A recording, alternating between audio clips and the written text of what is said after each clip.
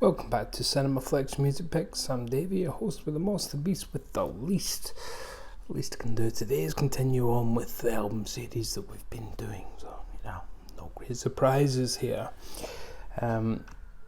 Joint number 6 is the 4th album by Weyes, and In the Darkness, Hearts Aglow. Which, gorgeous cover.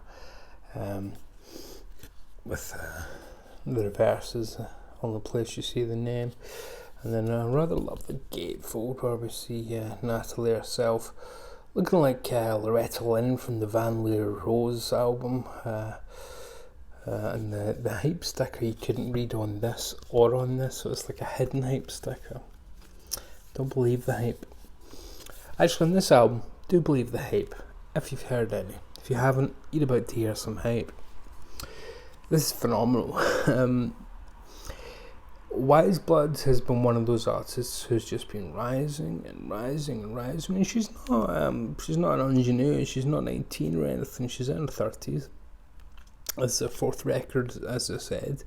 And there's been, as there has been for a lot of artists, a gap of a good few years. I think 4 years in her case since the last record. Titanic Rising, was it? And obviously we know why in a lot of cases the delays have been longer than expected because, the world stopped for 2 years. But for a lot of artists it gave them time to, I think, go back to the, because what have you got to do if you don't have a home studio and whatnot? You've only got your record collection, and I think a lot of artists have gone back to discover what made them great, or what made them get into music in the first place, or what made them want to aspire to have their own LPs. And I think that's the case here too. Although Natalie Weyes has described this as the second of a trilogy, I think it stands alone as a perfectly wonderful album. She has spoken about how it's a kind of state of the world album. And it is lyrically in a lot of places, with a lot of, the worst is done, well, we hope so, but there's a lot of darkness, but I think that's why she went with that wonderful title, And in the Darkness, Hearts Aglow, because dark times, but positive minds, hopefully, and we can get this thing going again.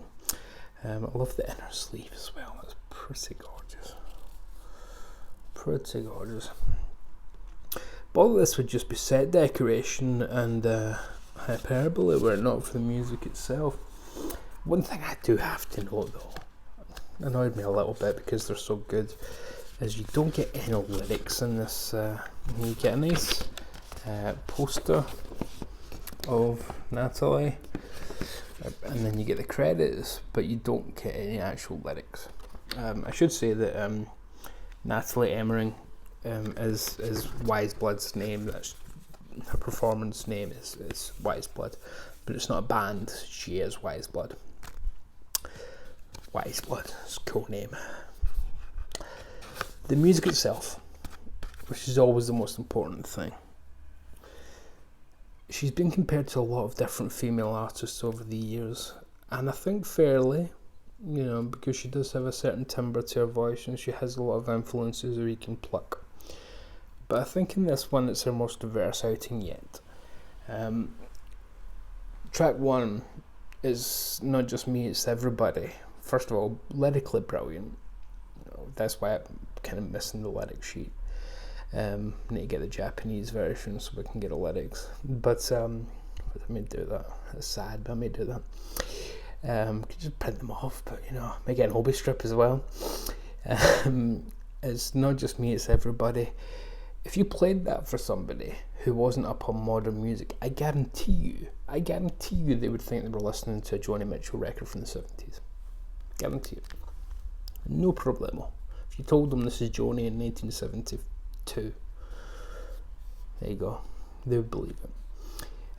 And Natalie's voice, I keep calling her Natalie when it's, would you just say Weyes, or do I need to say Weyes every time? I'm going to say Natalie. We're familiar terms. Her voice is that versatile to persuade you that she can be a young Joni Mitchell. It's phenomenal. That early period on Reprise Records. Children of the Empire, though, takes it from what starts out as on track one, It's Not Just Me, It's Everybody, as a nice Joni River-esque, or Blue-esque, piano ballad, lyrically more dense than what Joni was doing at the time. Joni's lyrics were brilliant, but they tended to be on the shorter side and more poetic, not as involved as what Natalie is doing here. Whereas Natalie's lyrics can be very deep and very involved. Not that, again, Joni's can, but Joni's tended to be on the personal side. Natalie's can be world commenting, I suppose. Commenting on world affairs. And Children of the Empire's track 2 tells you straight away that we're not just going to be doing a Joni album here. This is an album where we can jump from that to this massive production. It sounds like something Brian Wilson would have been proud of to have on Smile. It's gorgeous, and when I compare it to Brian Wilson, I do so specifically for Smile because it's got these harmonies to die for, which, yeah, that's always a Brian Wilson staple, but very esoteric and very unusual, with some themes and things that won't fit in. So she's not doing the equivalent of Babes surfing cars, she's doing the Van Dyke Parks version of a Brian Wilson, so that's why I compare it to Smile in particular. So I mean, I can only compare it to something like Surf's Up, a masterpiece like that. I won't go into everything again. I think it's only fun if you discover things for yourself.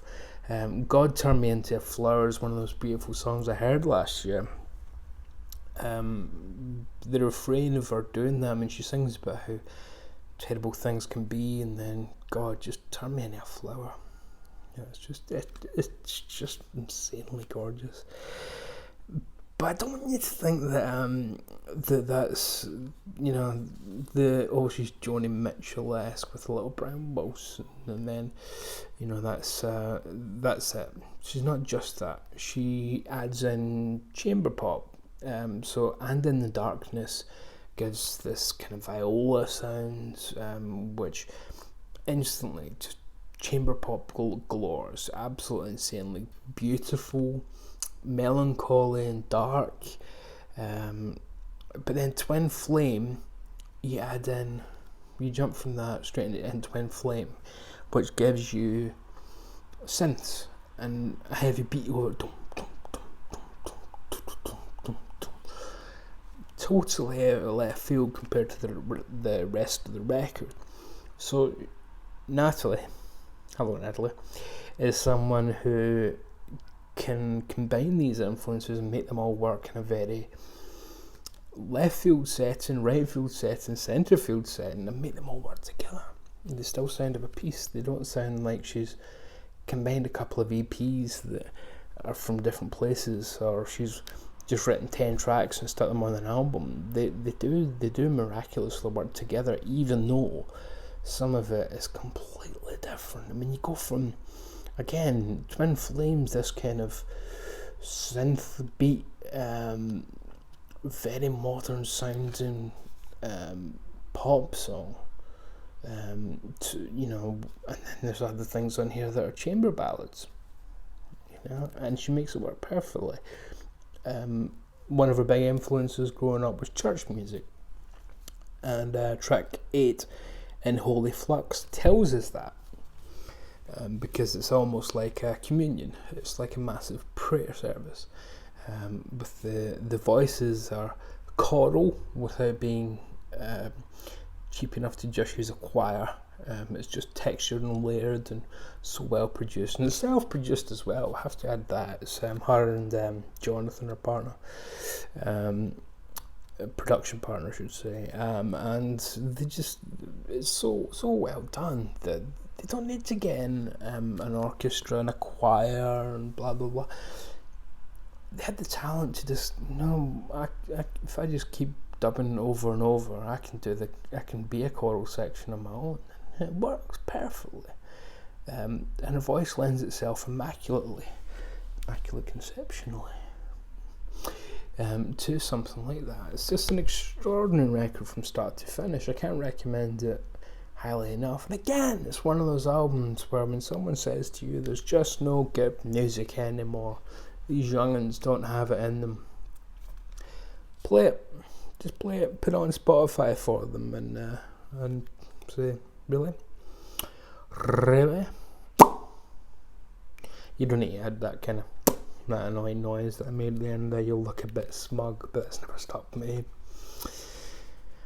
Anyway, I'll let you go and enjoy your tea, because somehow the time I take to describe a few tracks and just say how I feel about an album, I'll get to at least 10 minutes, so this is so highly recommended, joint 6th, but again, the numbers here don't matter. It's a bit of celebration of the music. My number 1 record when we come to it, it's not better than this. It's just, an arbitrary number. I mean, if I prefer to listen to something more, this, then I'll listen to this. I don't want to say more melancholy or more blah blah blah, because then it might tell you what kind of music I've gone for from number 1. You wait and see. Did Ed Sheeran have an album out last year? It's always about somewhere, isn't it? But yeah, I mean, she's worked with Perfume Genius, Father John Misty, all sorts of people. She was on Chemtrails Over the Country Club with Lana Del Rey, doing a version of For Free by Joni Mitchell, again telling you the influences on the sleeve. Weyes Blood. If you haven't been on the train already, time to get a ticket and jump on board. Don't need no baggage. I feel like I'm singing a gospel. People get ready. Trains are coming. You don't need no ticket. You just get on board. Yeah. The Impressions. Curtis Mayfield. There we go. Yeah. And I wonder why these videos never get shorter than 10 minutes. Weyes Blood, and in the darkness hearts aglow, and your heart will glow indeed should you pick up and listen to this phenomenal record. Folks, stay very safe out there, please, and until tomorrow, love and mercy to you. Love and mercy.